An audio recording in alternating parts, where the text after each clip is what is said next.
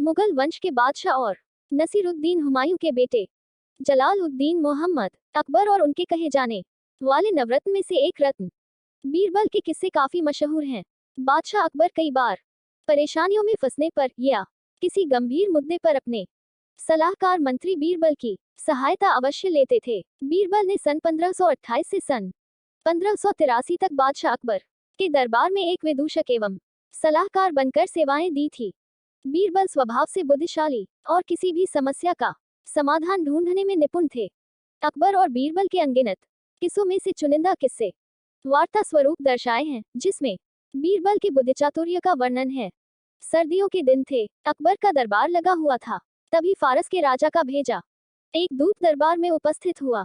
राजा को नीचा दिखाने के लिए फारस के राजा ने मोम से बना शेर का एक पुतला बनवाया था और उसे पिंजरे में बंद करके दूत के हाथों अकबर को भिजवाया और उन्हें चुनौती दी कि इस शेर को पिंजरा खोले बिना बाहर निकाल कर दिखाएं। बीरबल की अनुपस्थिति के कारण अकबर सोच पड़ गए कि अब इस समस्या को कैसे सुलझाया जाए। अकबर ने सोचा कि अगर दी हुई चुनौती पार नहीं की गई तो जग हंसाई होगी।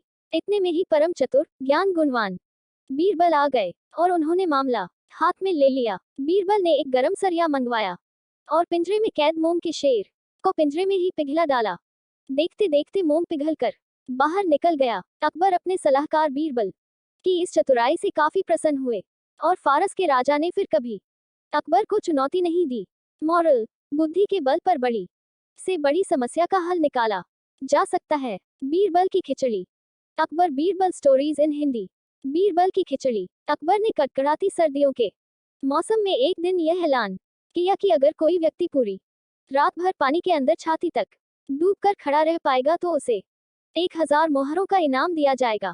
इस चुनौती को पार करना काफी कठिन था, पर फिर भी एक गरीब ब्राह्मण अपनी बेटी के विवाह के लिए धन जोड़ने की खातिर तैयार हो गया।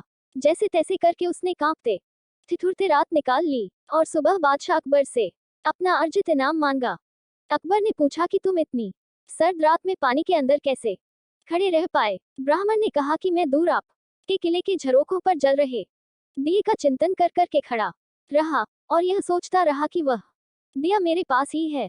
इस तरह रात बीत गई। अकबर ने ये सुनकर तुरंत इनाम देने से माना कर दिया और ये तर्क दिया कि उसी दिए की गर्मी से तुम पानी में रात भर खड़े रह सके, इसलिए तुम इनाम के हकदार नहीं। ब्राह्मण रोता हुआ उदास होकर चला गया। बीरबल जानता था कि ब्राह्मण के साथ यह अन्याय हुआ है।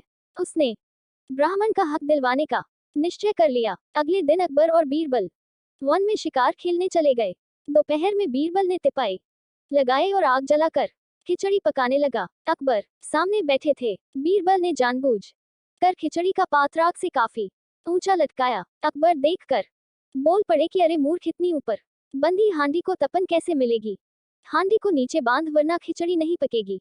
बीरबल ने कहा पकेगी पकेगी, खिचड़ी पकेगी, आप धैर्य रखें। इस तरह दोपहर से शाम हो गई और अकबर लाल पीले हो गए और गुस्से में बोले, अकबर बादशाह दरबार लगा कर बैठे थे।